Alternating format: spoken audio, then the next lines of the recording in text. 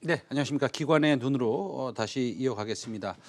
오늘 조금 재밌는 얘기 좀 해보겠습니다. 예, 조금 어떤 얘기를 할까 궁금해하시는 시청자 여러분들 계실 텐데, 네, 비트코인에 대해서 한번 그 전문가와 함께 얘기를 하겠습니다.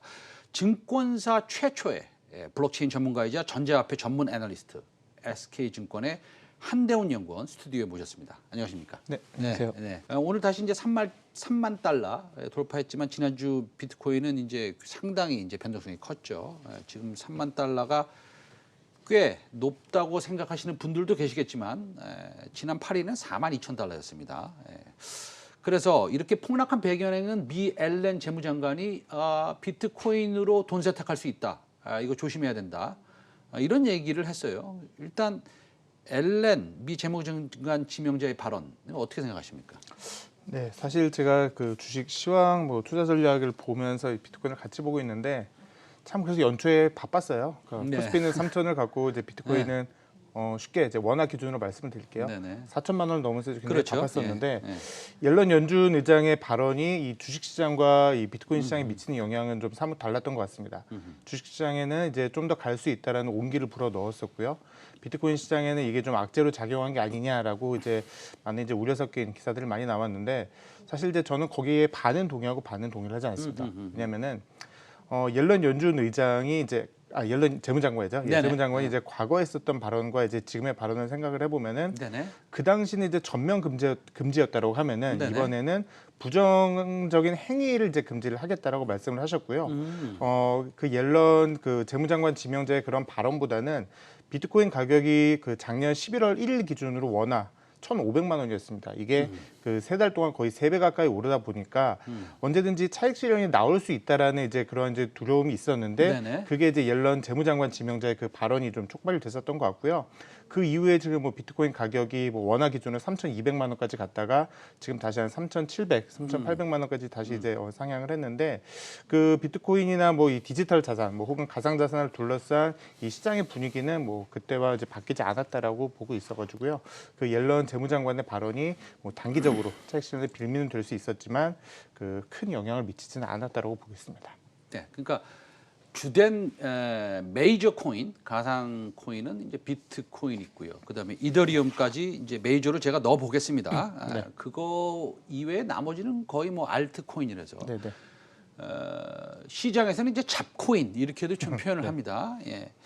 근데 어쨌든 간에 비트코인, 알트코인 이렇게 지금 주목을 굉장히 그 작년 말부터 받고 있는데 이게 뭐 유동성 때문입니까? 아니면 갑자기 왜 이런 일이 벌어지는 겁니까? 일단 좀 나눠서 보실 필요가 네. 있을 것 같은데요. 일단 그 비트코인은 화폐 가치 하락에 대한 대안으로 올랐었던 것이 사실인 것 같습니다. 그리고 이제 여기에 그 기관 투자자들의 이제 유입이 작년 10월 그 페이팔이 비트코인을 통한 결제나 구매 서비스를 이제 하겠다라고 발표를 하면서 이게 트리거가 됐고요. 그 이후에 이제 굴제 금융기관들이죠, 뭐 골드만삭스나 JP모건 이런 기관들도 이제 시장 참여 의사를 밝혔었고 가장 최근에는 블랙락이 비트코인 선물에 대해서 2개 정도의 펀드를 여기에 투자할 수 있다라고 언급을 하면서 이 비트코인 쪽에서는 화폐 가치 하락, 그 다음에 이제 새로운 기관 투자자들의 유입이라는 이제 그런 이제 긍정적인 그 대외적인 요소가 좀 작용을 했고요. 이더리움 같은 경우에는 사실 그 최근에 좀 다소 낯선 용어일 수 있을 것 같아요. 디파이라고 하는 디센트럴라이즈드 파이낸스의 약자인데요. 그러니까 쉽게 말씀드리면 은행이나 증권사, 보험사 없이 저희가 이제 금융 서비스를 이용을 할 수 있는 이제 그러한 플랫폼을 제공을 하는 이제 기반이 이더리움이 되고 있습니다. 이게 뭐 어떻게 보면 다소 좀 낯설고 생뚱맞을 수 있는데 지금 여기에 이렇게 들어와 있는 그 금액 자체가 250억 달러가 지금 넘어섰습니다. 그러다 보니까 이더리움을 이제 사겠다라는 수요가 생기고 있고요. 그리고 이제 올해 2월 8일에 시카고 선물 거래소에 지난 2017년에 비트코인에 이어서 두 번째로 선물이 상장이 된다라는 기대감도 좀 작용을 했고요. 이렇게 비트코인이나 이더리움은 어느 정도 제도권 편입에 대한 이제 기대감이 좀 작용을 하고 있는 반면에 이 외에 뭐 아까 뭐 말씀해주셨던 그 잡코인들은 사실 뭐 지금의 분위기가 그렇게 좋지만은 않습니다. 왜냐면은 그 미국 SEC에서 그 한때 시가총액 4등이었었죠. 리플에 대해서 이게 증권으로 분류가 될 수 있다라고 하면서 기소를 했고요. 리플 외에도 지금 여러 코인들에 대해서도 검토를 하겠다라는 입장을 밝히면서 오히려 지금은 이제 알트코인에 대해서는 좀 투자 심리는 좀 좋지 못하다라고 말씀을 드릴 수 있을 것 같은데, 다만 최근에 이렇게 알트코인이 많이 올랐던 이유는 이게 이제 2017년에 그런 이제 효과 때문에 비트코인이나 이더리움이 많이 오르다 보니까 상대적으로 좀 싼 그런 알트코인도 오르지 않겠나라고 하는 기대감이 작용을 한 것 같고요. 그래서 이제 이쪽에 대해서 투자를 하실 때는 사실 비트코인이나 이더리움에 대해서는 긍정적인 요소가 많다. 그런데 이제 이 알트코인에 대해서는 좀 더 이제 면밀하게 좀 검토나 체크를 하시고 투자를 하시는 것을 좀 추천을 드리고 있습니다. 네, 그 말씀은 면밀하게 체크를 하라고 그러지만 면밀하게 체크할 방법이 없습니다. 그렇죠? 예.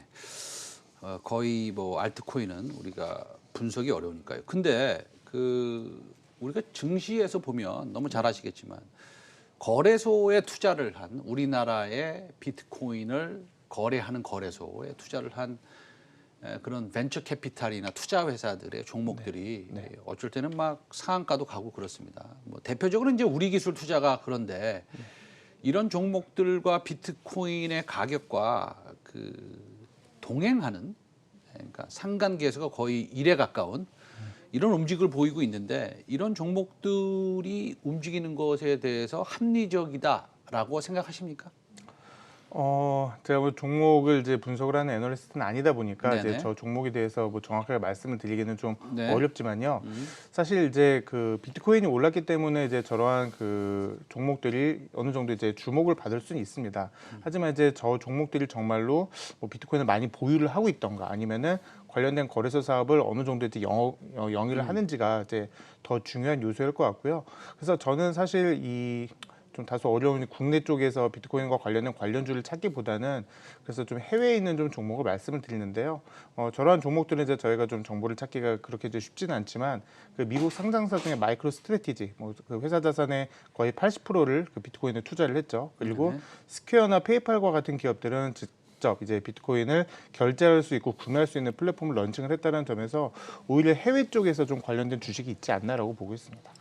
그 기본적으로 저도 그 과거에 런던에 있을 때 제가 자주 같이 만나서 식사도 하곤 했던 블랙록이라는 회사부터 시작해서 이런 그 외국인 기관, 그것도 아주 거대 기관들이 그 사실 마치 비트코인을 하나의 자산 마냥 편입도 하고 목표가도 뭐 가지고 나오고 막 이런 일이 있습니다. 네.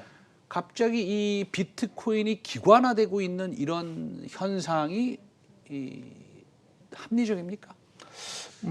이게 사실은 이제 뭐 미국을 중심으로 한 해외에서는 어느 정도 좀 트렌드로 자리를 잡은 것 같습니다. 그러니까 2017년에 그 비트코인 광풍이 불었었죠. 그때도 이제 미국의 시카고 선물 거래소에는 비트코인 선물이 상장이 됐고요. 올해 이제 2월에 이더리움 선물의 상장을 앞두고 있는데, 이러한 글로벌 금융 기관들이 이 비트코인에 대해서 주목을 하는 이유는 이제 크게 세 가지라고 보고 있습니다. 일단 첫 번째는 지금 뭐 코로나19로 인해서 각국 중앙은행들이 유동성을 공급을 하고 있죠. 그러면서 이제 화폐 가치 하락은 이제 뭐 당분간 좀 불가피해 보이는데, 이렇게 화폐 가치가 하락을 하는 이 국면 속에서 어떻게 하면 포트폴리오를 다변화시키고 그다음에 화폐 가치 하락에 좀 저희가 좀 그 적응을 할 수 있을까라는 점에서 포트폴리오 측면에서 좀 접근을 한 것 같고요. 그래서 제가 계산을 해보니까 뭐 지금 전 세계 모든 자산 가격이 오르다 보니까 비트코인이나 이제 여타 자산 간의 그 상관관계가 굉장히 높습니다. 그러니까 그 말은 지금 뭐 모든 자산이 다 오른다라는 거죠. 근데 유일하게 한 가지, 그러니까 달러화에 대해서는 지금 정확하게 마이너스 상관관계예요. 그러니까 역의 상관관계인데, 이 말은 앞으로 이제 달러 가치가 떨어질 때 비트코인으로 해지를 이제 할 수 있다라는 점이 좀 부각이 된 것 같고요. 두 번째는 이제 이 비트코인에 대한 수요가 많다라는 거죠. 특히 밀레니얼 세대들을 중심으로 이 비트코인에 대한 수요가 굉장히 많은데, 한 가지 이제 재밌는 얘기가 이제 지난 그 12월에 미국에서 재난지원금 지급이 됐습니다. 그러면서 이제 밀레니얼 세대들 중에서 이걸 이제 페이팔을 통해서 그 재난지원금을 지급을 받은 세대들이 이때 이제 페이팔을 통해서 비트코인을 이제 구매를 하는 현상이 많이 나타난 거죠.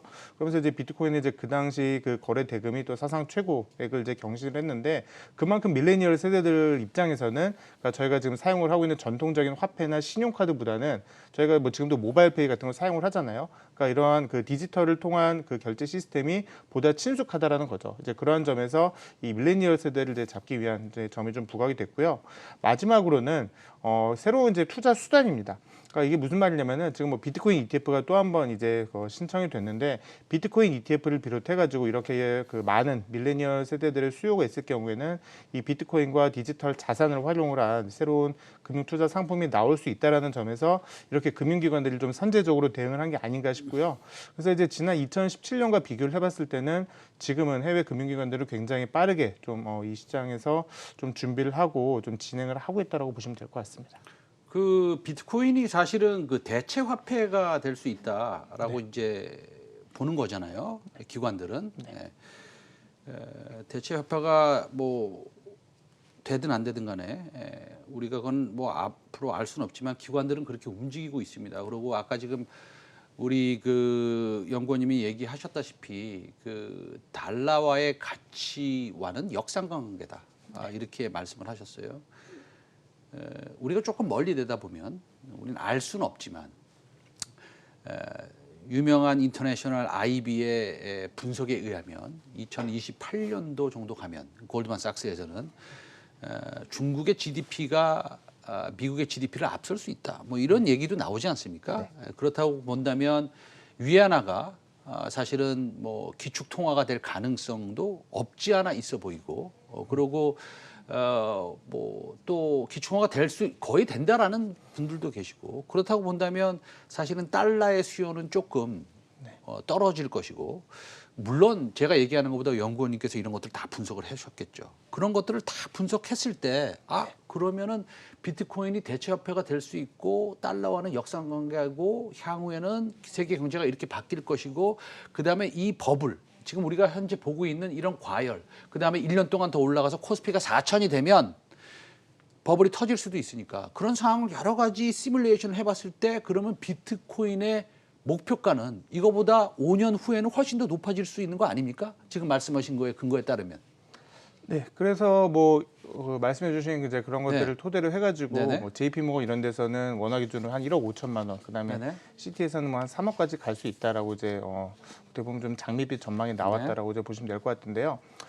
이제 저는 그 점을 말씀드리고 싶어요. 그러니까 비트코인이 처음에 그 사토시 나카모토라는 사람에 의해서 나왔을 때는 그 결제 쪽에 이제 초점이 맞춰져 있는 그런 이제 페이먼트 시스템이었습니다. 그래서 이제 2017년 제가 또 다시 생각을 해보면은 그때는 이게 화폐니 아니냐에 대한 이제 논란이 굉장히 많았었던 것 같아요. 근데 지금은 사실은 이게 화폐니 아니냐에 대한 논란은 어느 정도 좀 일단락이 된 것 같습니다. 그게 무슨 말이냐면은 비트코인으로 이제 지금도 뭐 커피나 저희가 피자를 사 먹을 수는 있어요. 근데 네네. 이제 그걸로 굳이 피자나 이제 커피를 사 먹지 않고 네네. 이게 가치 저장의 수단이 됐다라는 거죠. 그러니까 네네. 어떻게 보면 이게 금과 유사한 성질도 이러한 가치 저장의 수단이 있다라고 보는 거고요.